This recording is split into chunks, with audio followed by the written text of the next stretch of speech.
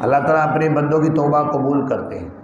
جو آدمی صدق کے دل سے توبہ کرے، جو بھی اس سے گناہ ہوا ہے کہ میں معافی مانگتا ہوں صدق کے دل سے، تو اللہ اس کی توبہ قبول کرتے ہیں۔ اور یاد رکھے توبہ کے بارے میں پہلے بھی کئی دفعہ یہ بتایا ہے، توبہ جو ہے دو قسم کے حقوق سے انسان کرتا ہے، ایک ہے حقوق اللہ، ایک ہے حقوق العباد۔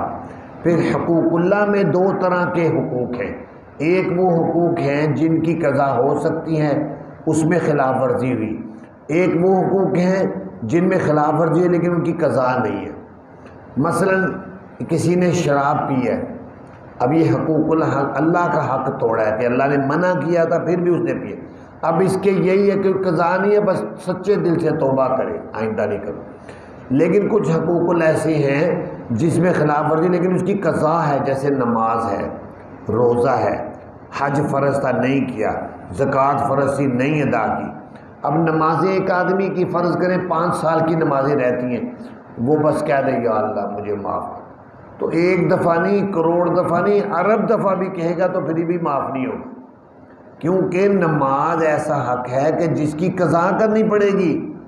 تم قضا کرنی شروع کر دو، پوری ہو جائے ٹھیک ہے، نہیں بھی پوری ہوئی تم دنیا سے چلے گئے، اللہ تعالیٰ معاف کر دے۔ یہ ہے حقوق اللہ۔ اور جہاں تک حقوق العباد کا تعلق ہے تو حقوق العباد تو بغیر معاف کروائے معاف ہوتا ہی نہیں۔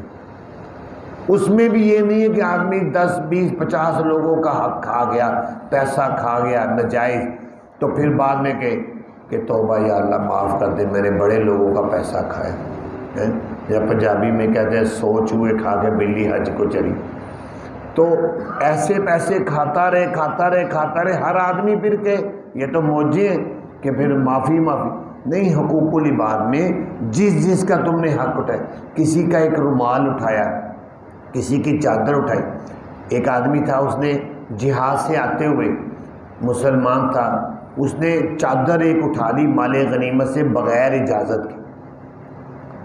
اجازت کے چادر اٹھا لی، اللہ کی شان اس کو کسی طرف سے تیر لگا تو وہ فوت ہو گیا۔ سارے کہنے لگے ہنی اللہ کا، مبارک ہو اس کو، یہ تو شہید ہو گیا۔ آپ نے فرمایا تم تو شہادت کہہ رہے ہو اور مجھے وہ چادر جو سے بغیر اجازت کے اٹھائی تھی وہ جہنم کی آگ بن کر اس کے اوپر پھیلی ہوئی نظر آ رہی۔